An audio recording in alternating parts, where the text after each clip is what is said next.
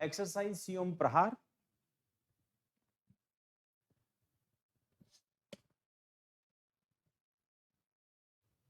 Major field training exercise conducted by Indian army Siyom Prahar. क्या है यहाँ पर इसके अंदर?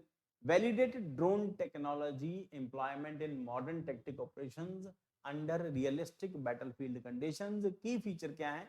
Drone integration used for surveillance, battlefield reconnaissance, target acquisition and precision strike. अब यहाँ पे ड्रोन को इंडियन आर्म्ड फोर्सेस का या किसी भी दुनिया की किसी भी आर्म्ड फोर्सेस का एक वाइटल ऑर्गन मान रहे हैं और उसके लिए ट्रेंड लोगों का होना बड़ा जरूरी है और यहाँ पर हम उसको डिस्कस कर रहे हैं। तो डॉक्ट्रिनल डेवलपमेंट क्या है? Tested new tactics, techniques, procedures for future warfare. Fusion warfare combine drone driven intelligence with conventional firepower, faster joint targeting and decision making, operational depth, drone integration not only technically but also across deeper operational levels। अब मुझे लगता है कि India में जो youth है जो mobile पे बैठ के गेम चलाता है उनके हाथ में ड्रोन दे देने चाहिए। गवर्नमेंट को नए लोगों को भर्ती करना चाहिए जिनके रिफ्लेक्सेस तेज होते हैं, हाथ तेज चलते हैं जिनके, और छोटी उम्र में 20-25 साल 30 साल की उम्र से पहले पहले तक रिफ्लेक्सेस तेज होते हैं, फिर रिफ्लेक्सेस स्लो होने शुरू हो जाते हैं 30-35 साल की उम्र तक।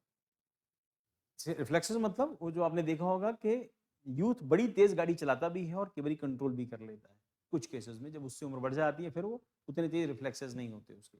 वीडियो गेम्स में भी, क्रिकेट में भी जो नए लोग यंगस्टर्स आते हैं उनके रिफ्लेक्सेस बहुत तेज होते हैं। क्रिकेट खेलने इस करके बंद कर देते हैं क्योंकि उनके रिफ्लेक्सेस स्लो हो जाते हैं। 150 किलोमीटर से आती स्पीड को उतनी तेज स्पीड से हिट नहीं कर पाते, इसी क्रिकेट छोड़ते हैं। सिग्निफिकेंस क्या है? Modernisation shows army shift from conventional only method to the technology enabled combat.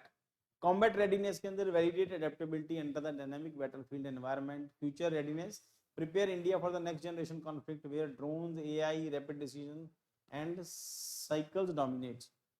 Synergies में highlight the fusion of traditional combat arms with emerging enablers like UAV precision and precision munitions and ISR network।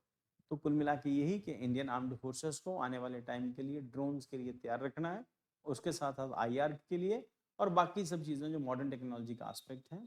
इसी करके हम लोग discuss करते हैं कि America अपना F-35 बेचना चाहता है।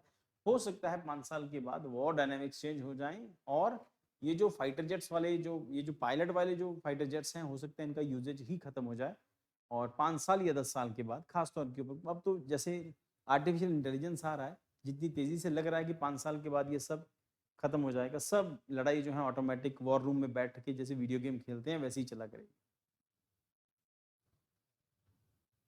प्रीलिम के लिए, मेंस के लिए क्वेश्चन देख लेना।